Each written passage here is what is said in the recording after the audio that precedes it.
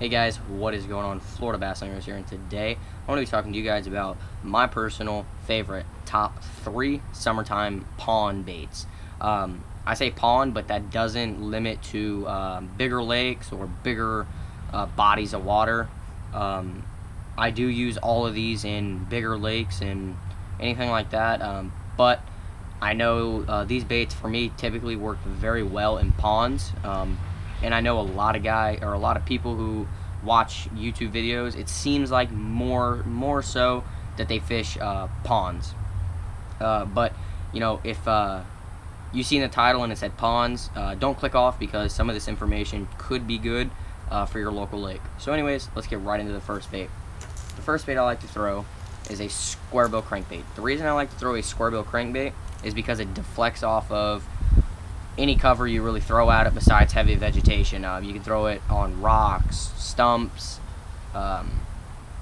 docks, anything that you can really get this bait to, you can almost get it through, and that's the good thing about it. You can get these in a bunch of different colors. They run typically anywhere from 3 to 6 foot depending on line. I like to throw 15-pound fluorocarbon for them, or with them. I'll pair that up on a 7-foot medium action, medium weight rod, so nothing too big. I like to throw it on a medium rod because it can throw it a long ways, and it the medium tip allows the bass or the fish to grab the bait and not have the hooks pulled out of their mouth. So anyways, that is the first bait. And for color wise, just match the hatch on your lake. If you don't know what that means, figure out what the bass are feeding on. If they're feeding on shad, go ahead and throw a shad pattern like this. If they're feeding on bluegill, throw a bluegill pattern. If they're feeding on shiner, throw a shiner pattern. Just match the hatch to your lake, but most times you can get away with a shad pattern or a bluegill. Bluegill works really good too. There's bluegill everywhere, so you should be alright throwing a bluegill or a shad. So anyways, the second bait I want to talk to you about is more of a finesse bait. This is a Wacky Rig.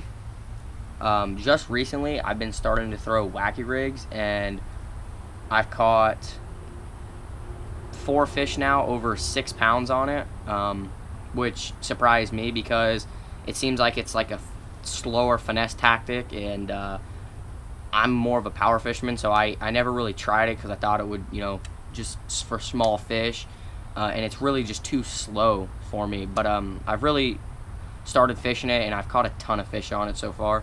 I have it on the VMC Wacky jig head, weedless. That is a Bass Pro Shops, I think 5 3/4 sticko. But that is a Wacky Rig. I throw this on a 7'6" medium heavy spinning rod with a Stratic CI4 4000 with a 20-pound braid. 20-pound braided line to a 15-pound fluorocarbon leader.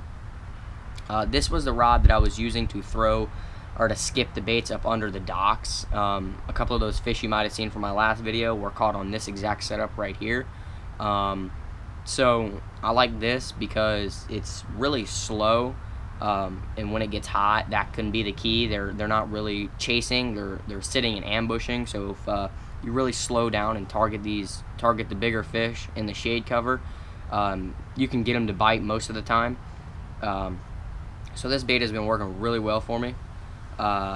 Very easy to fish. Throw it out, let it go to the bottom, pop it up a few times, work it almost like a Texas rig, and it's been pretty surprising to me lately about of all the big fish I've caught on it. So that's that one.